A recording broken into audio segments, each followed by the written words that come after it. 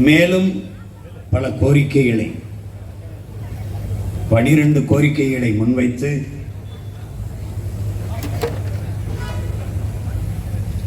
எழுபத்தி 9 நாட்கள் உண்ணா நோன்பிருந்து உயிரீகம் செய்த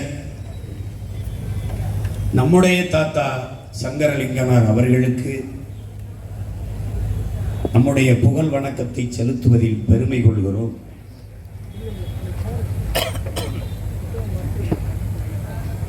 தமிழ்நாடு நாளில் மேலும் பெருமைக்குரிய ஒன்று, தமிழ் இசை வரலாற்றில் பெரும்புகழ் பெற்ற பெருமகன், பேராற்றல் பெற்ற ஒருவர், ஏழிசை ஏந்தல் என்று எல்லோராலும் போற்றப்படுகிற அன்றைய உச்ச நட்சத்திரம் இந்த நிகழ்வில் இன உறவாக ஒன்று கூடியிருக்கிற இன்னுயிர் சொந்தங்கள், இந்நம்பிக்கைக்குரிய நாளைய தமிழ் நாட்டின் எதிர்காலமான தம்பி தங்கைகள் அனைவருக்கும் என்னுடைய அன்பும் வணக்கமும்.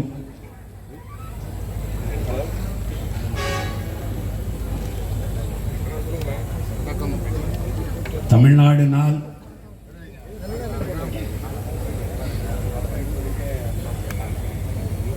தொடர்ச்சியாக நாம் கொண்டாடி கொண்டு வருகிறோம்.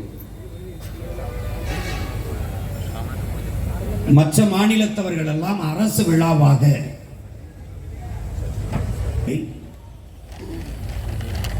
நாம் வந்த பிறகு ஒப்புக்கது கொண்டாடப்பட்டது. அதுவும்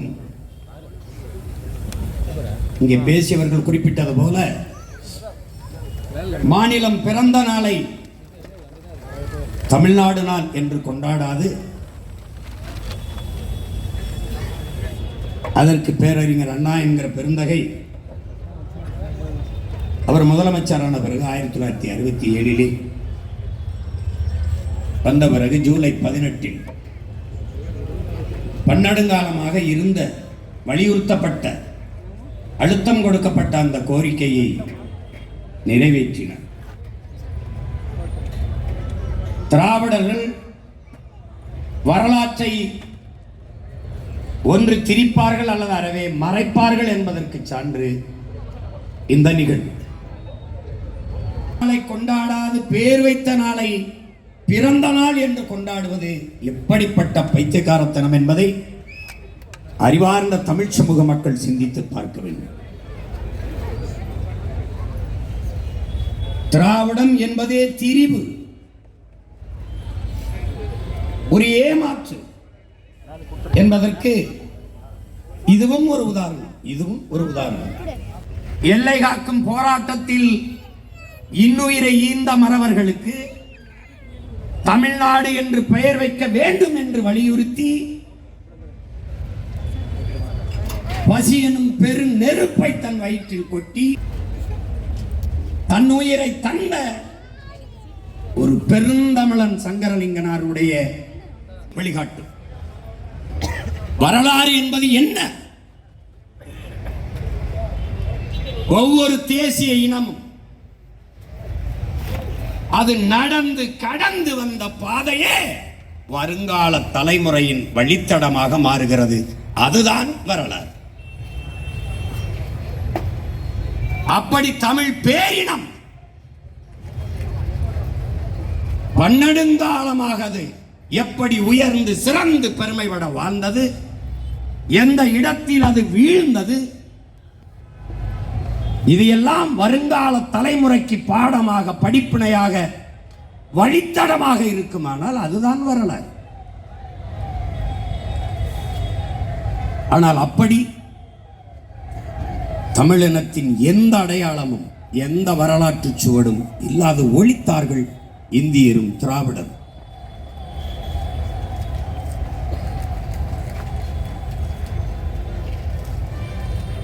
நாம் வரவில்லை என்றால் 2008 2009 அந்த காலகட்டங்களில் இனப்படுகொலை நிகழவில்லை. நமக்கு இன உணர்வும் மான உணர்வும் வந்து நம் இனச்சாவை தடுக்க முடியவில்லையே என்ற அந்த வெறி உணர்வு வரவில்லை என்றால் எவரும் இந்த களத்திற்கு வந்திருக்க போவதில்லை. தமிழ்நாடு என்ற ஊரே வரப்போவதில்லை, மறந்து விட்டிருப்பார்.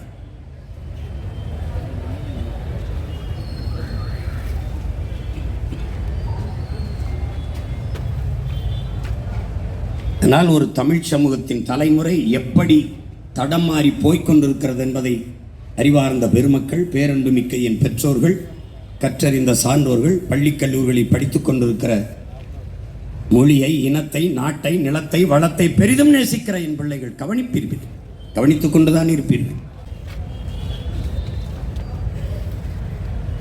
இன்று அம்பத்தூரிலே ஒரு குறுகிய தெருவிலே தமிழ்நாடு நாள் கொண்டாடப்படுகிறது.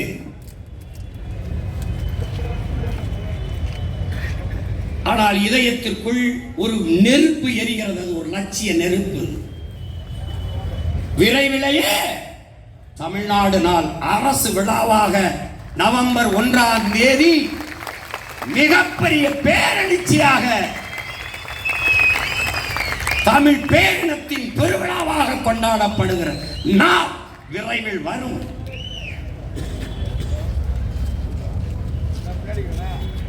அதை சாதித்து காட்டக்கூடிய ஆற்றலை என் அன்னை தமிழ் நமக்கு தரும்.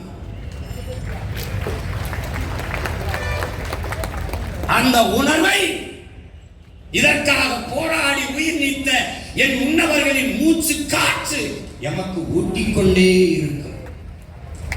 ஏன் கால்கள் வழிநடத்தி பயணம் செல்கிற பிள்ளைகள் அல்ல, பல ஆயிரம் ஆண்டுகளாக எமது முன்னவர்கள் தூக்கி சுமந்து வந்த கனவு வழி நடத்தி செல்கிற பிள்ளைகள் நாங்கள். வயிற்று பசியோடு நிலத்தில் நிற்கவில்லை, வரலாற்றின் பசி கொண்ட பிள்ளைகள். சோற்று பசி அல்ல, சுதந்திர பசி.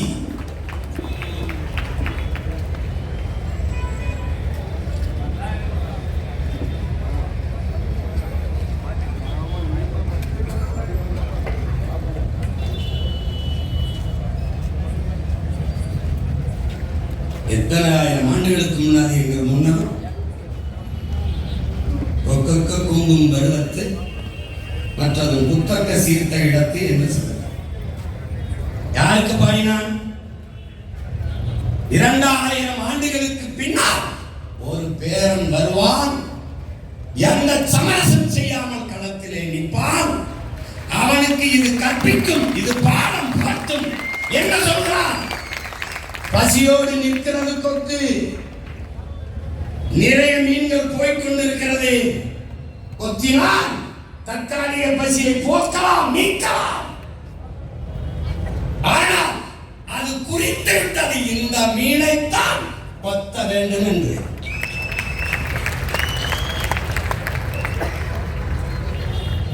குத்தக்க சீர்த்த இடத்தில் அந்த மீன் மறுமுறை பசியோடு பெரியோடு லட்சிய உறுதியோடு நிற்கலாம் கொக்கு. இவரோடு கூட்டணி வைத்தால் 4 சீட்டு 40 சீட்டு 10 MP 25 MLA நாட்டை கைப்பற்ற முடியும்.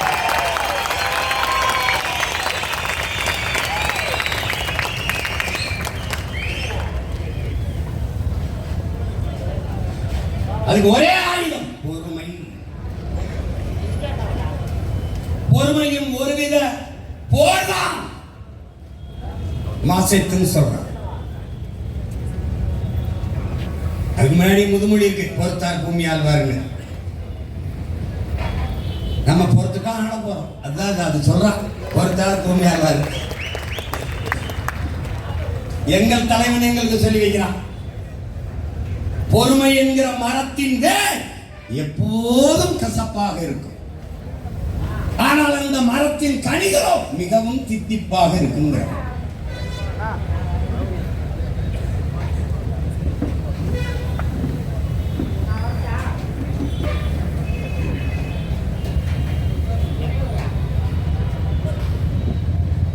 அப்ப என்ன செய்யணும்? பதறாமல், தடமாறாமல், தடுமாறாமல் இலக்கை நோக்கி பயணித்துக் கொண்டே இருக்கணும். அதுதான் ஒரு லட்சிய வீரனுக்கு முதல் தகுதி, ஒரு கொள்கை மரவனுக்கு முதல் கோட்பாடு. அவனுக்கு என்ன பேசுறதுன்னு தெரியாதனால பேசுவான். கோட்டையிலே ஒரு நாள் இந்த கொடியை ஏற்ற போற, நீ பார்க்க தான் போற.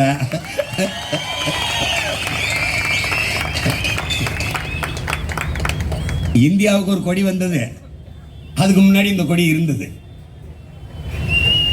அதுதான் வரலாறு. இமயத்தில் கொடியை நட்டான் இமயவரம்பன் நெடுஞ்சேரலாதன் என்றான். அந்த கொடி எந்த கொடி? எந்த கொடி? கீழே இருக்க அந்த வில் அம்புதான். பாரிய படை கடந்த பாண்டிய நெடுஞ்செழியன் கையில ஒரு கொடி இருந்தது. அந்த கொடி எந்த கொடி? இந்த கொடிதான். உலகின் பல்வேறு நிலப்பரப்புகளை வென்று, கடல் பல கடந்து, படை பல நடத்தி, பல்வேறு நிலப்பரப்புகளை வென்று உலகில் 3வது பெரிய வல்லரசை நிறுவினான் என் பாட்டன் அருண்மொழி சோழன். அரசனுக்கு அரசன், அவன் மகன் அரசேந்திரன். அவன் கையில் இருந்த கொடி எந்த கொடி? 3 கொடியும் சேர்ந்து அவன் பேரன் பிரபாகரன் மகன் சீமான் கையிலே தமிழ் தேசிய கொடி, தமிழர் நாட்டு கொடி, தமிழர் பண்பாட்டு கொடி, அவன் பரம்பரை கொடி. என்னரும் தம்பி தங்கைகளே, திமிரோடு அதை தூக்கி பிடி. எவன் குறுக்க வந்தாலும் ஓங்கி அடி.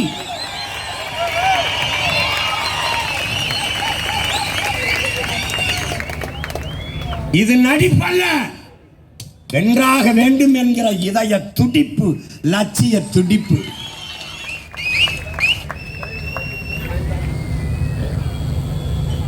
எவனுக்குடா என்ன அளவுக்கு வரலாறுக்கு பெருமை இருக்கு? எவன் மொழிகளா என்ன அளவுக்கு செழுமையும் இலக்கிய வளமையும் இருக்கு? யாரடா வருவா? கம்பங்க அவனெல்லாம் விடுறா. சின்ன பையன் என்னை மோதி ஜெயிடா பார்ப்போம். நான் தமிழ் படிச்சவன்ல, தமிழ் ஒரு பாடம். நான் படிச்சது பொருளாதாரம். வா வாதிடு. போடா போடாங்கிட்டு. தம்பி, எல்லாமே எங்களுக்காக சொல்லப்பட்டதான் தம்பி.